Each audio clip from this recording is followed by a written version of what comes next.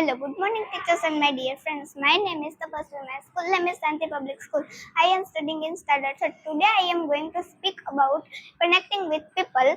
Communication is the best way to stay in touch with our near and dear ones. We use different means of communication such as verbal, written and visual signs. Today digital communication is the fastest way to connect using smartphones and the internet. Because communication is such a big industry, many people have occupations related to it. In mass media, journalists and anchors communicate with many people at a time.